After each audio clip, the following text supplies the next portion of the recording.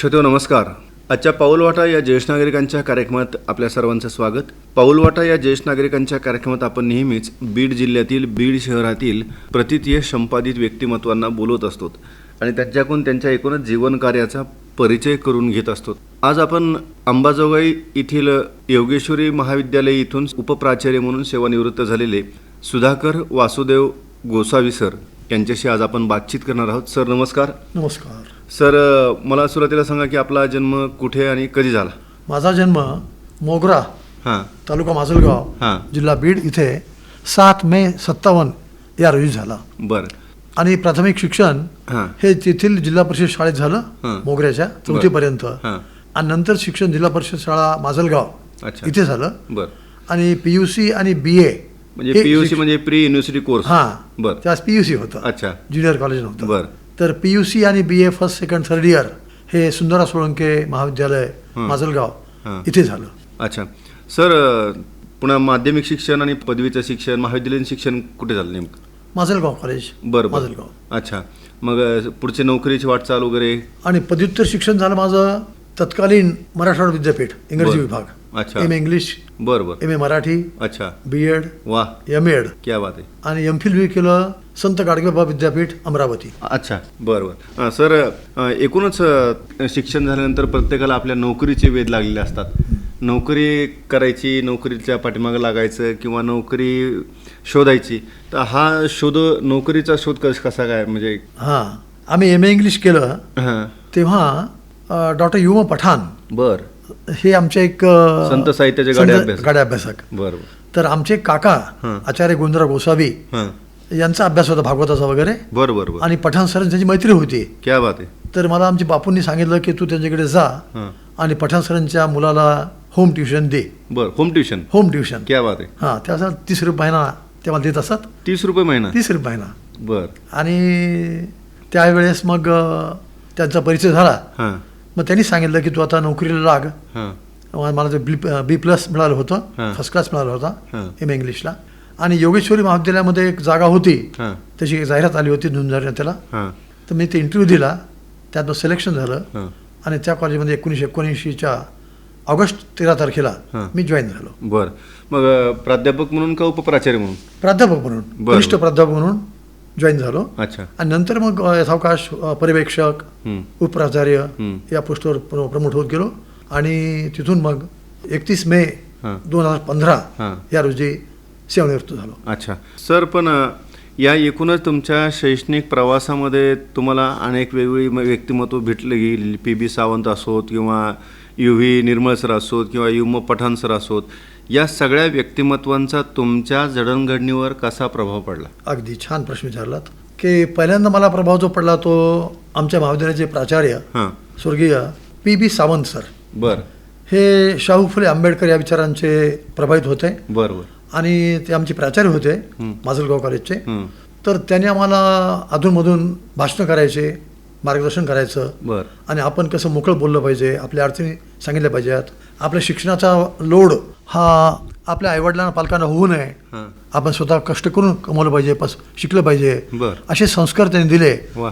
म्हणून त्यांनी दिवशी काय केलं, मला एक बोलून घेतला त्यांच्या केबिनमध्ये. आणि मला म्हणलं तुमची अडचण काय आहे? तर मी म्हटलं माझी अडचण आर्थिक आहे. हां. त्यांनी एक कटाक्ष टाकला, कोपऱ्यामध्ये एक झाडू होता हं. त्यांच्या ऑफिसमध्ये. बर बर. आणि परत माझ्याकडे पाहिलं, मला पुन्हा कळलं नाही. पुन्हा त्यांनी कटाक्ष टाकला झाडूकडे, हां. माझ्याकडे पाहिलं, मला कळलं की सरांची इच्छा दिसते की मी हा झाडू उचलावा हां. आणि काही काम करावं. हां.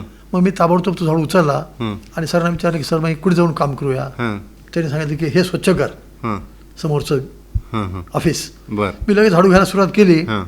क्षणभर त्यांनी मला काम करून दिलं. हं. आणि पुढे मला थांब म्हटले ठीक आहे. आणि तेव्हापासून त्याने मला प्रतिमास 20 रुपये महिना बर. असा दिला. क्या बात आहे. 3 वर्ष, BA बरं. First year, second year, third year. हां हां. आणि त्यातून माझं रूमचं भाडं हं. निघत असे. आणि मी त्यावेळेस जिल्हा परिषद जी मेस होती माजलगावला, हां. जिथे आम्हाला फक्त 3 भाकरी आणि 1 वाटी वरण मिळायचं, ते आम्ही घेऊन जायचं आणि घरी जेवायचं. बर बर. त्या मेसमध्ये मी जेवलो. अच्छा. आणि महाविद्यालयाच्या कमाव आणि शिका हां. या योजनेत काम केलं. हं. तेथील NCC, NSS यात भाग घेतला. हं. वेगवेगळ्या विविध स्पर्धा, वक्तृत्व स्पर्धा, वाद्य स्पर्धा यात भाग घेतला. मला आठवतं की मानवतच्या KKM कॉलेजमध्ये एक स्पर्धा होती, हां. वक्तृत्व स्पर्धा.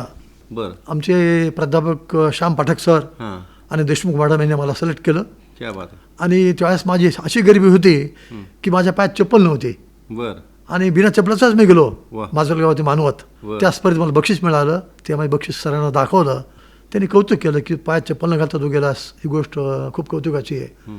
आपण माणसानं आपले जे दुर्गुण आहेत त्यांना लाजावं, आपल्या गरिबीला लाजू नये, असा संस्कार मला पाठक सरांनी त्यावेळेस दिला होता. अगदी अगदी.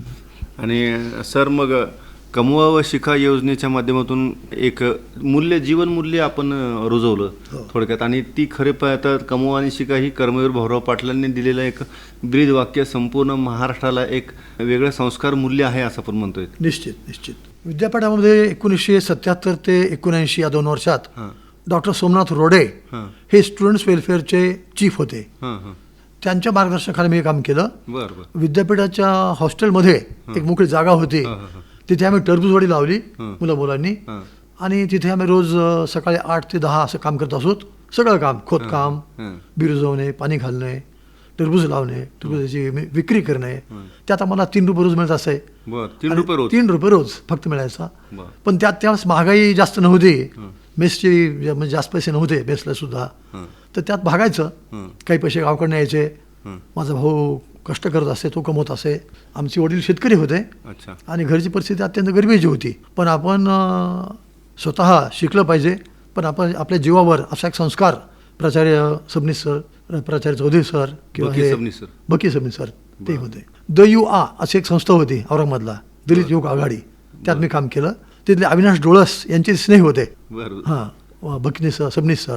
तर त्या संस्कारामध्ये आम्ही वाढलो. हां. आणि त्यातून हे काम केलं. आणि पुढे शिक्षक झाल्यानंतर आपल्या विद्यार्थ्यावर संस्कार व्हावेत असा प्रयत्न साने गुरुजी पुस्तक पिढी यातून केला. आमच्या महाविद्यालयाचं जे हे वसतिगृह आहे त्यातला मी रेक्टर होतो 1993 ते 97, 4 वर्ष. त्याही काळात माझ्या विद्यार्थ्यावर तो सत्कार म्हणजे एक संस्कार केला. आणि महात्मा ज्योतिबा फुले वसतिगृह आहे अंबाजोगाईला, बर. तिथे गरीब मुलं राहत असत. तिथेही हे संस्कार करण्याचं काम केलं. अच्छा. जे संस्कार आपल्याला झाले, हां. शिक्षकांनी केले, पालकांनी केले, हां. समाज धोरणाने केले, ते संस्कार आपण पुढे न्यावेत हा विचार त्यात होता. अगदी. सर पण साने गुरुजी पुस्तक पिढी ही संकल्पना तुमच्या मनामध्ये कशी रुजली? कॉलेजचे प्राचार्य डॉक्टर एस चौधरी यांनी हा विचार सांगितला की आपला जो परिसर आहे बीड जिल्ह्याचा तो ग्रामीण आहे, गरीब आहे, मागास आहे. जी मुलं आपली शिकायला येतात ते पूज्य स्वामीजी, पूज्य बाबासाहेब परांजपे यांच्या प्रभावानं आपण इथे काम करतो. बाबासाहेब परांजपे आणि बेथुजी गुरुजी यांचा सहवास तुम्हाला लाभला? हो, प्रत्यक्ष. बर. हो. बेथू गुरुजीच्या घरी मी जात असे. त्यांचा मोठा मुलगा सुरेंद्र खेडगेकर उर्फ नाना, अपंग होते ते. त्याने आम्ही बरोबर काम केलं. दिव्यांग आहेत पुन्हा. दिव्यांग आहेत ते. बर. त्यांचा मुलगा शिरीष खेडगेकर हा माझा विद्यार्थी होता. 12वी 11वी सायन्सला संपर्क होता आमचा त्यांचा. अच्छा. आणि बाबासाहेब गुरुजींच्या म्हणजे मिसेस सिंधुताई परांजपे या आमच्या हेड होत्या. वा. इंग्लिशच्या. वा. SRD कॉलेजला. वा, छानच की. तिथून पुढे मग तुम्ही नेताजी सुभाषचंद्र बोस विद्यालयामध्ये सुद्धा पुस्तक पिढी चालवली? मी नाही चालवली ती. मी साने गुरुजी पुस्तक पिढी चालवली आमच्या योगेश्वरी कॉलेजमध्ये. बर. तिथे जो विद्यार्थी होता रामकिसन मस्के, तो हा मस्के त्या शाळेमध्ये विद्यार्थी म्हणून गेला. बर. तो तिथे शिक्षक बनला. त्याने ती पुस्तक पिढी चालवली. बर. म्हणजे जो संस्कार आमच्यावर सावंत सरचा झाला तो संस्कार आम्ही मस्केवर केला. बरोबर. आणि जो संस्कार मस्केवर केला तो मस्केनं त्या शाळेत नेला. शाळेत केला. अगदी. आणि मग तसंच पद्माकर तौर हे विद्यार्थ्यांनी सुद्धा हो आश्रमशाळा इथे वारुळ्याला तालुका माजलगाव इथेही त्यानं असं काम केलं. आणि तो एक खूप विद्यार्थीप्रिय शिक्षण बराच सेवानिवृत्त झाला. अच्छा. त्याचबरोबर मानवलोक संस्थेमध्ये सुद्धा आपण. होय. डॉक्टर द्वारकादास लोहिया बाबूजी यांचा आग्रह होता की त्यांचं जे समाज विज्ञान महाविद्यालय तर त्यातील विद्यार्थ्यांचं इंग्लिश कच्चं असतं, त्यांना इंग्लिश हा विषय नसतो अभ्यासाला PGला. ती म्हणाले आमची मुलं इंग्लिश बोलत नाही, त्यांना इंग्लिश शिकवा. पण मी 2 वर्ष जाऊन इंग्लिश शिकवलं, मोफत इंग्लिश शिकवलं. आणि त्या मुलांनाही म्हणजे मार्गदर्शन केलं. व्यावसायिक इंटरव्ह्यू कसे द्यावेत, निबंध कसे लिहावेत, टेलिकम्युनिकेशन कसं करावं, स्पीच कसं द्यावं, इंटरव्ह्यूज कसे द्यावेत इंग्लिशमध्ये, हे शिकवलं. सर आपण कनिष्ठ महाविद्यालय आणि वरिष्ठ महाविद्यालय पदव्युत्तर वर्गांना पण अध्यापन केलं. तर हे केल्यानंतर आपण योगेश्वरी महाविद्यालय, स्वामी रामानंद तीर्थ महाविद्यालय आणि खोलेश्वर महाविद्यालय तसंच यशवंतराव चव्हाण महाविद्यालय मानवलोक महाविद्यालय अंबाजोगाई इथे विविध वर्गांना इंग्रजी विषयाचं अध्ययन अध्यापन केलं.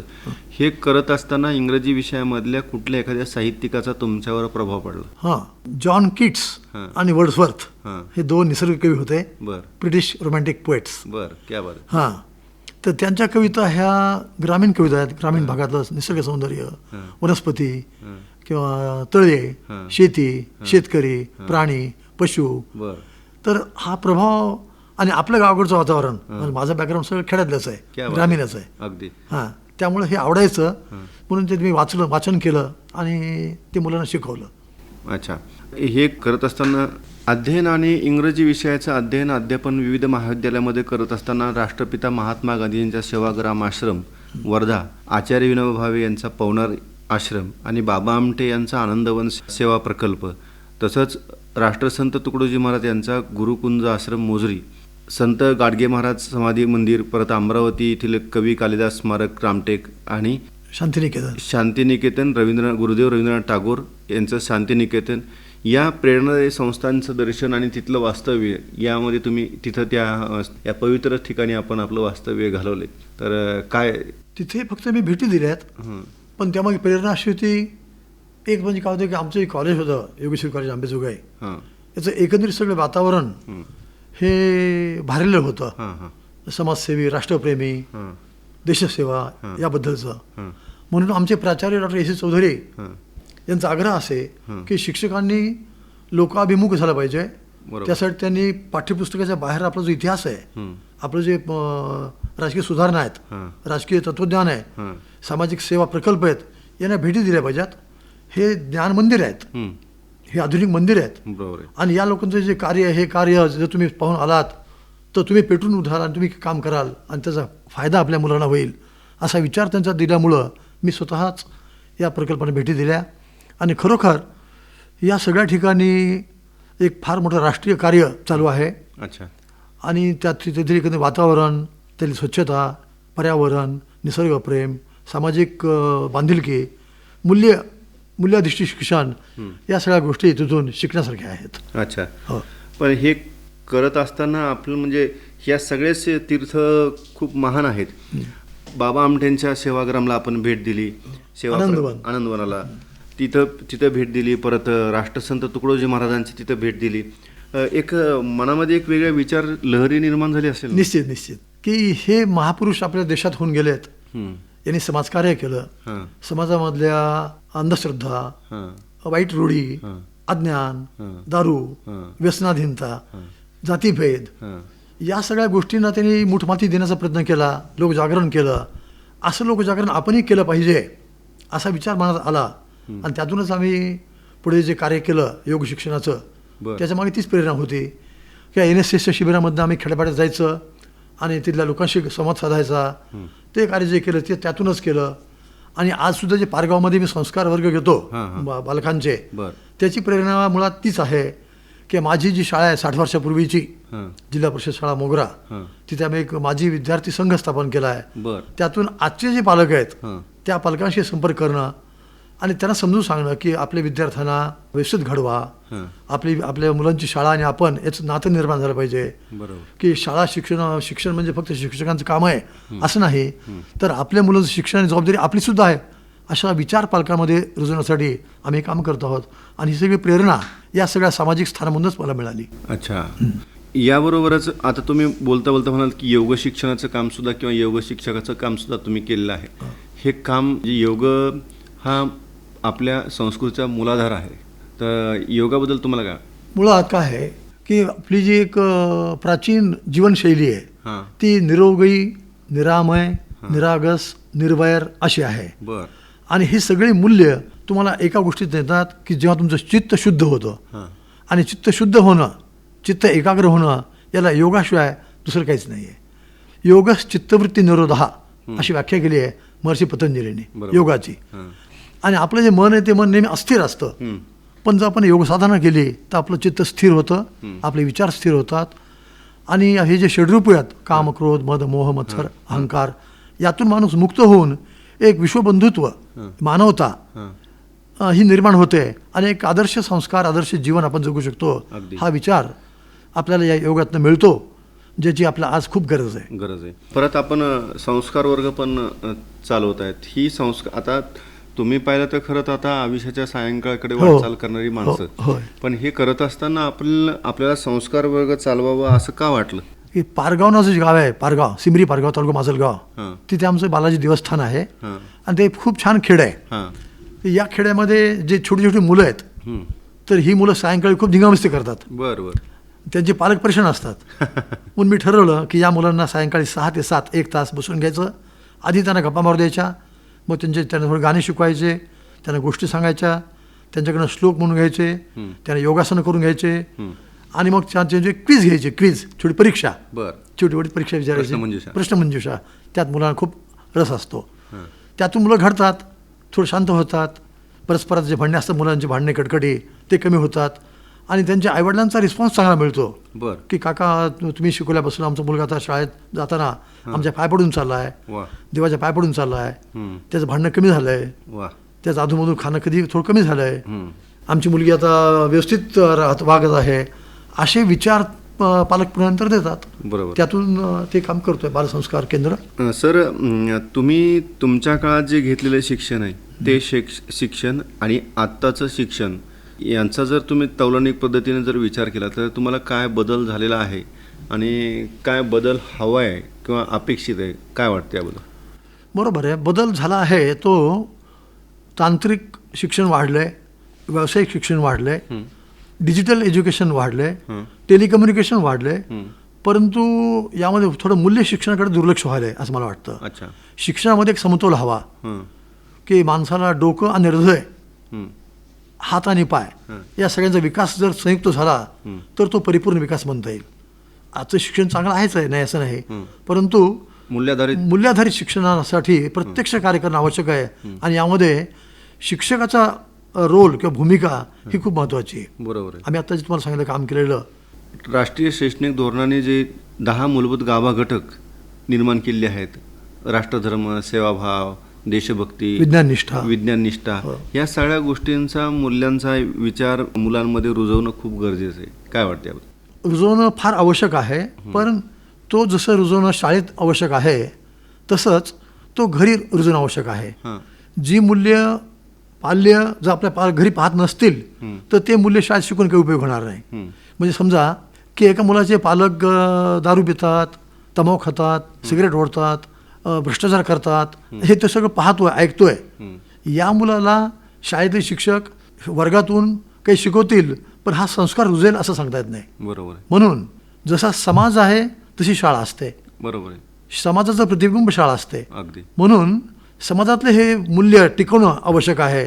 समाजातला भ्रष्टाचार कमी झाला पाहिजे, येथील अज्ञान, अहंकार, जातीवाद, दुष्ट राजकारण हे सगळं कमी झालं पाहिजे. हे कमी झालं तर त्या विद्यार्थ्यांना मूल्य मिळतील शाळेतही आणि घरीही, आणि मग तो चांगला घडेल असं मला वाटतं. सर, पण तुमच्या काळातली शिक्षण पद्धती चांगली होती का आत्ताच्या काळातली शिक्षण पद्धती चांगली आहे? दृष्टिकोन महत्त्वाचा आहे. की आमच्या काळामध्ये शिक्षण होतं, मूल्य होते, परंतु तांत्रिक शिक्षण, व्यावसायिक शिक्षण, ॲडव्हान्स एज्युकेशन हे नव्हतं. आता ॲडव्हान्स एज्युकेशन आलेलं आहे पण मूल्य शिक्षण कमी व्हायलं आहे. बरोबर. म्हणून दोन्ही आमच्या काळातल्या शिक्षणामध्ये आणि आजच्या शिक्षणामध्ये काही गुण आहेत, काही दोष आहेत. यातले दोष काढून गुण एकत्र करून वाढले तर ते शिक्षण समतोल राहील, चांगलं होईल. समतोल राखणं. एक गोष्ट खरी आहे की आजची पिढी जी मुलांची ही हुशार आहे, कष्टाळू आहेत, बुद्धिमान आहेत, परंतु त्यांना मोल्ड करणं, त्यांना चाकुरीबद्ध करणं, त्यांना प्रेरित करणं यासाठी एक सक्षम शिक्षक, संस्कारक्षम शिक्षक हवा आहे.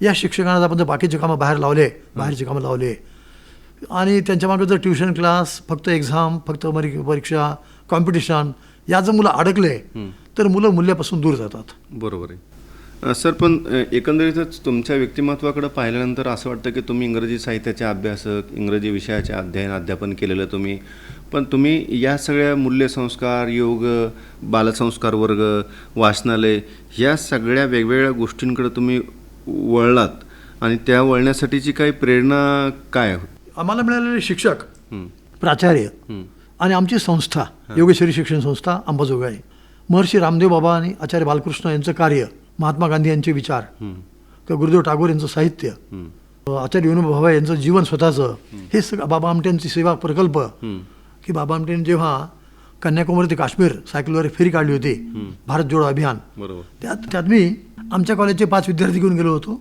सायकलवर. अंबेजोगाई ते लातूर, पुढे किल्लारीहून उमरगा, तुरोरी गाव याच्यावर आहे, बॉर्डरवर आहे कन्नडच्या कर्नाटकच्या. परत आलो. ती प्रेरणा तीच होती. अगदी ह्या प्रेरणास्थानं होते. तुम्ही भारत जोडो अभियानात सहभागी हो, सायकलवर. वा वा, तो एक वेगळाच अनुभव. हो, तो एक खास अनुभव होता. बरोबर. विशेष म्हणजे शिक्षक एकटा होतो मी. बरोबर. क्या बात. आणि माझ्यावर 5 विद्यार्थी होते. वा, सायकलवर. वा वा, छानच की. सर, एकूणच तुमच्या एका सगळ्या जीवन प्रवासाकडे जर बघितलं तर तुमचा जीवन प्रवास हा इंग्रजी, मराठी, बालसाहित्य, संस्कार वर्ग, वाचनालय, श्रमशिबिर अशा सगळ्या गोष्टींनी भरलेलं हे संस्कार आहे. आता एका शिक्षण व्यवस्थेकडे एका डोळस दृष्टीनं जर तुम्ही बघितलं तर तुम्हाला काय वाटतं? नवीन राष्ट्रीय शैक्षणिक धोरण वगैरे ह्या बाबी घडतात, ह्या सगळ्या डिजिटल युग आहे. या डिजिटल शिक्षणामध्ये तुमच्या काळातलं शिक्षण किंवा एक त्या काळातले शिक्षक म्हणून, प्राध्यापक म्हणून किंवा अध्यापक म्हणून तुम्हाला काय वाटतं? मला असं वाटतं की समाज व्यवस्था बदललेली आहे. समाजातले मूल्य हळूहळू बदलत चालले आहेत. समाजामध्ये जातीवाद, राजकारण, भ्रष्टाचार, फक्त आधुनिकता, फॅशन हे वाढल्यामुळे काय, आणि स्पर्धा हे वाढल्यामुळे काय झालंय, शिक्षणातले जे संस्कार आपण देत आहोत ते वर तरंगत आहेत. ते मुलांच्या मनात जे बिंबले पाहिजेत. जसं मी तुम्हाला म्हटलं की सावंत सरांनी मला तो झाडू दाखवला, हा एक संस्कार होता माझ्यावर. तर असे संस्कार होण्यासाठी समाजातली परिस्थिती बदलणं हे आवश्यक आहे. आज शिक्षण झाले खाजगीकरण, कोचिंग क्लासेस, मरणाची स्पर्धा, महागाई, या सगळ्या परिस्थितीमुळं मुलांच्या मनावर एक वाईट परिणाम होत आहे आणि म्हणून मुलं मूल्याकडे वळत नाहीत असं मला वाटतं. त्यामुळं पालक, शिक्षक, संस्था या तिन्ही घटकांनी या गोष्टीकडे नीट पाहणं आवश्यक आहे की आपली मूल्य जर फक्त कागदावर राहतील, एक धोरण म्हणून राहतील तर ते योग्य होणार नाही. ती मूल्य रुजवायची असतील मुलांच्या मनामध्ये तर आपल्याला घरापासून सुरुवात करावी लागेल. बरोबर. जिथे मुलं खेळतो, मुलाचं अंगण, मुलाचं घर, मुलाची शाळा, मुलाचं प्लेग्राऊंड, मुलाचे मित्र, यातून त्यात ते सुरुवात होणं आवश्यक आहे असं मला वाटतं. अच्छा. आणि सर, एक करत असताना आपल्या काही गोष्टी राहून गेल्या आहेत का? काय होतं की एकटेपणा आला किंवा एकटं निवांत बसलात, वाचन करून बसल्यानंतर ज्येष्ठ नागरिकांच्या मनामध्ये विचार येतो की आपल्या ह्या गोष्टी करायच्या राहिल्या, त्या गोष्टी करायच्या राहिल्या आहेत. तर आता हे सगळ्या गोष्टी तुम्ही केल्यानंतर पण सुद्धा एखाद्या निवांत झाडाखाली पेपर वाचत बसल्यानंतर असं मनामध्ये विचार येतो की आपल्या ह्या गोष्टी करायच्या राहिल्या आहेत, त्या गोष्टी करायच्या आहेत. अमुक अशी एखादी गोष्ट करून मागे राहिलेली एखादी गोष्ट आहे, राहून गेलेली गोष्ट की आपला देश फार सुंदर आहे, विविधतेने नटलेला आहे. आपला भूगोल, आपला इतिहास, आपला समाज, आपलं पर्यटन, आपले किल्ले, आपला निसर्ग हे खूप सुंदर आहे. म्हणजे भारत देश. पर्यटन तर माझं पर्यटन मागं पडलं. मी फारसा फिरू शकलो नाही. म्हणजे आपलं ते रुखरुख मनामध्ये आहे, ते रुखरुख मनात आहे. आणि वाचन अजून खरं असं वाटतं, पण सध्या थोडा नेत्रदोष निर्माण झाला आहे, त्यामुळे जास्त वाचन करत नाही. आता माझं वय 70 आहे सध्या, पण फिरायचं राहिली गोष्ट खरी. तर तुमच्या इच्छा लवकरात लवकर पूर्ण होत. राष्ट्रपिता महात्मा गांधीजींचा आश्रम, शिवाय बाबा आमटे, आचार्य विनोबा भावे, राष्ट्रसंत तुकडोजी महाराज आणि त्यानंतर गुरुदेव रवींद्रनाथ टागोर, या सगळ्या गोष्टींचा, या सगळ्या महान पुरुषांच्या पवित्र स्थळाला भेटी दिल्यानंतर, तिथून आल्यानंतर सुद्धा आपण काही दिवस योगाचं शिक्षण घेतल्यानंतर योग शिबिरातून ग्रामीण भागामध्ये योग प्रसार आणि प्रचार केला. आयुर्वेद, निसर्गोपचार या सगळ्या गोष्टींचं प्रबोधन, प्रचार आणि प्रसार केला. हे करत असताना सुद्धा आपण स्वाध्याय परिवाराचे प्रणेते परमपूज्य पांडुरंग शास्त्री आठवले दादा यांच्या प्रेरणेनं प्रेरित होऊन भावफेरीच्या माध्यमातून समाज जनजागृती करण्याचं काम सुद्धा आपण केलं. दादांचं कार्य तर खूप महान आहे की आपल्याला एक विवेकनिष्ठ, श्रद्धाळू असा समाज तयार करायचा आहे की ज्यात फक्त मानवता, बंधुभाव हीच मूल्य राहतील. हे शिक्षण ज्यातून मिळतं तो स्वाध्याय परिवार आहे. तर आम्ही अंबेजोगाईला आणि आसपासच्या खेड्यामध्ये जाऊन भक्तिफेरी, भावफेरी करून हा प्रचार करत असतो. दर आठवड्याला एकदा एकत्र बसतो आणि त्यातून गीतापाठ, काही गीता विचार मंथन करतो. म्हणजे माणसातला जो देव आहे तो भेटायचा आहे आणि परमेश्वर तर आपल्या प्रत्येकाच्या ठाई आहे. अगदी. आणि त्यात कुठलाही जातीद्वेष नको, अभिनिवेश नको, जातीचा अहंकार नको, असा विचार घेऊन स्वाध्याय हे कार्य चालू आहे. गोसावी सर, आता सेवानिवृत्त होऊन आता बरेच वर्ष तरी झाली असतात. 12 वर्ष झाले. 12 वर्ष झाले. हे 12 वर्ष झाल्यानंतर आता तुमचा दिनक्रम काय आहे आणि आता काय करताय?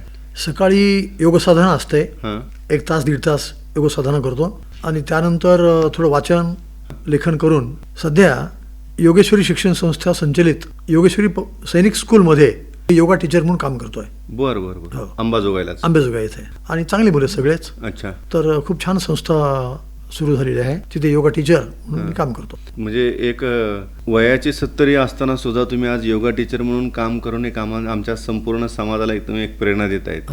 तर खूप छान. पण आता वयाची 70 असताना काही आरोग्याच्या काही तक्रारी काही? तसं मी डायबेटिक आहे, परंतु योग साधनेमुळं आणि आयुर्वेदिक आणि निसर्गोपचार करत असल्यामुळे माझं डायबिटीस नियंत्रणात आहे. बरं बरं. वा. पण हे करताना काही अडचण येत नाही. अच्छा. उलट आनंद मिळतो. आणि माझ्या कुटुंबियांचा मला याबाबत सपोर्ट असतो. क्या बात. की ते म्हणतात की मुलगा असेल, मुलगी असेल, मुली असतील, पत्नी, की तुम्हाला ज्या गोष्टीत अभिरुची आहे, जे तुम्हाला शक्य आहे, जे तुम्हाला आनंद मिळतो, ते तुम्ही अवश्य करा. या सगळ्या गोष्टी आनंद देणाऱ्या आहेत, म्हणून ते आम्ही करतो. धन्यवाद. आणि सर, आज आपण आकाशवाणी बीड केंद्राच्या स्टुडिओमध्ये येऊन एकूणच ज्येष्ठ नागरिक असताना सुद्धा आपण सेवानिवृत्त झाल्यानंतर सुद्धा समाजामध्ये आपलं एक स्वतःची एक वेगळी प्रतिष्ठा, एक वेगळे पद आणि प्रतिष्ठा निर्माण करून आपण समाजामध्ये एक वेगळं समाजाची प्रतिमा कशी बदलता येईल, तर ती बदलण्यासाठीच संस्कार वर्ग, वाचनालय, बालसंस्कार वर्ग, स्वाध्याय आणि एकूणच या सगळ्या घटकांनी आपलं व्यक्तिमत्व घडलेलं आहे. आज आपण आकाशवाणी बीड केंद्राच्या स्टुडिओमध्ये येऊन आमच्या ज्येष्ठ नागरिकांना तसंच आमच्या युवकांना सुद्धा प्रेरणादायी गोष्ट आपण सांगितली, प्रेरणादायी बाबी सांगितल्या. त्याबद्दल मी आकाशवाणी बीड केंद्रातर्फे आपले आभार मानतो. धन्यवाद.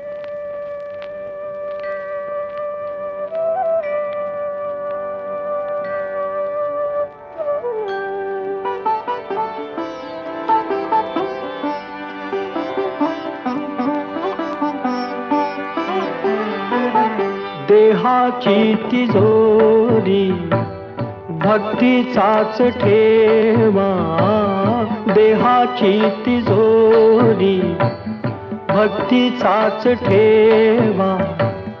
उघडदार देवाता, उघडदार देवा, उघडदार देवाता, उघडदार देवा.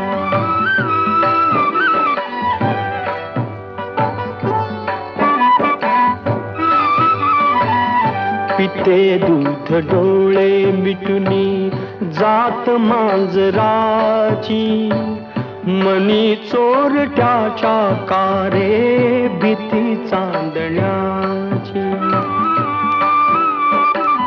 सरावल्या हातानाही कंप का सुटावा, उघडदार देवाता, उघडदार देवा.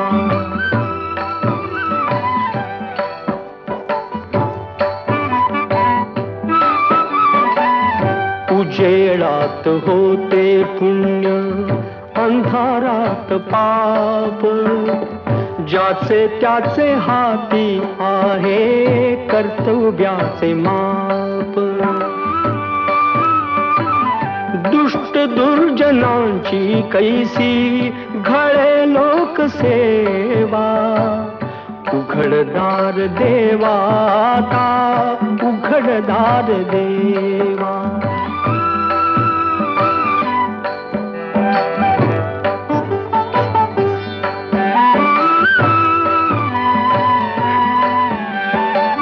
स्वार्थ जणू भिंतीवरचा आरसा बिलारी, आपुलीच प्रतिमा होते, आपुलीच वैरी.